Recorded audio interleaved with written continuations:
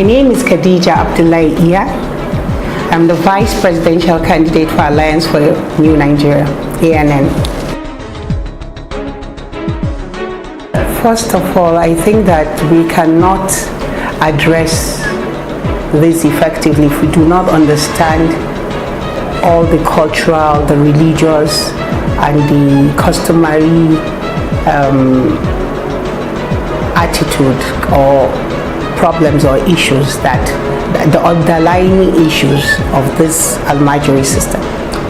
And I know that the aspect that I'm passionate about is the aspect of the abuse. I know that a lot of people may have talked to you about the Almajiri system and what they think that they can do, but I believe that we have to understand holistically what these things are, what the problems are, and then we have to attack the issue with that holistic mindset, because all of them are not, we can't treat each of the issues in isolation. We can't say because it's a cultural issue, we're looking at the cultural aspect. We can't say that because it's a religious, and I think that it's not a religious issue, because there's no place in the Quran that was mentioned that there should be an Almajiri system the way it is set up in the northern Nigeria. Begging in Islam is even a sin. We need to understand that, because there's a lot of misconception about begging, and people think that begging is part of Islam. No, it is not. We need to understand pertinent issues that is related to this Almajiri system. We need to understand that it is more, there's so much abuse going on that a lot of people do not even care to understand. Children are being abused every day. Every day. Children are the girls are being sexually harassed, the boys are being sexually harassed and destroyed. And these are children that we are hoping that one day they will be the future of our lives, because our children represent our future life.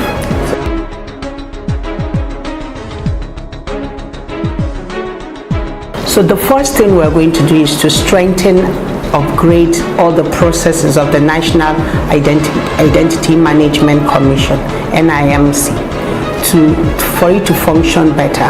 We need to have the measurement, that we need to understand how many numbers of Almajiri are out there. We also need to work with the parents of when we identify this, we'll be able to trace their parents. When we have to work in tandem with the parents. We're also going to look at the child rights, because there are some communities, there are some states that do not have child rights. They've not adopted it. Some adapted it and some did not adopt it fully. So we're going to look at how many of them.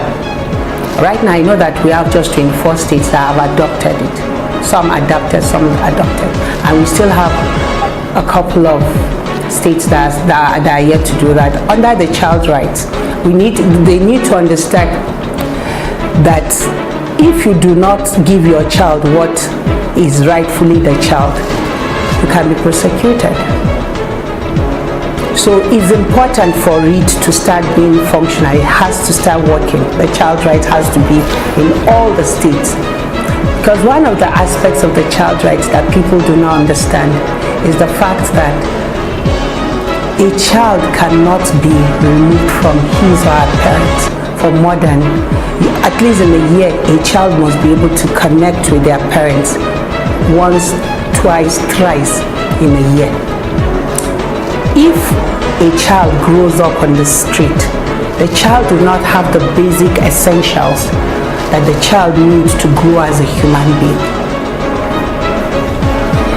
If the child does not have that maternal parental care or love, the child, psychologically, you have not prepared the child for the future.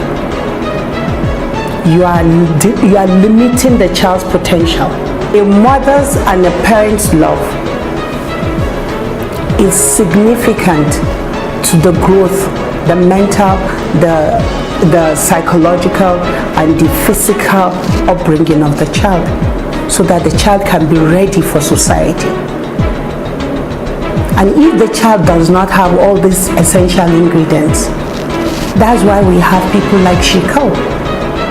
That's why we have people that do not care about the next person.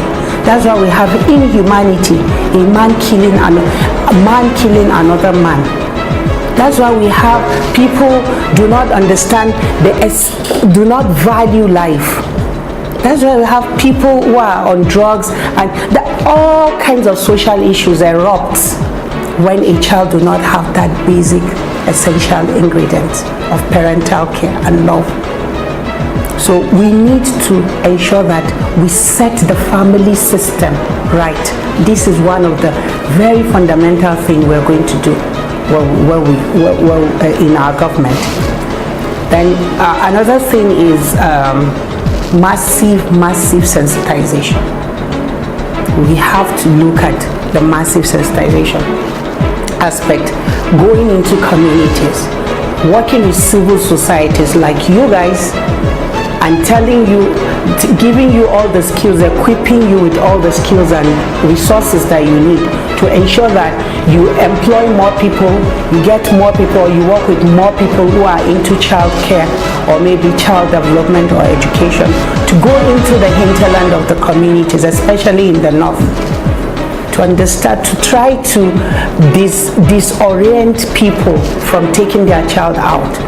So, and when we're talking about Almajiri system, what I'm most concerned about, because I'm a child sexual abuse advocate, I heard of a story of an Almajiri guy, the Almajiri teacher, Malam, whose son has been abusing one 5-year-old Almajiri boy.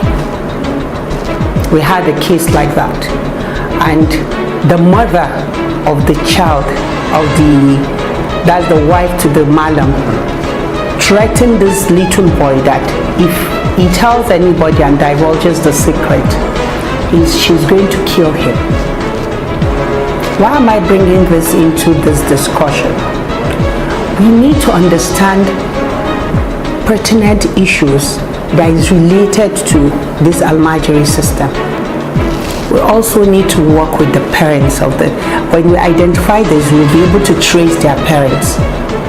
When we have to work in tandem with the parents to see that, okay, if you are going to allow your child go to school, you're going to be given a certain amount or maybe a stipend for you to take care of the child. But there has to be a clause to it. If the child does not go to school, you're not getting the stipend.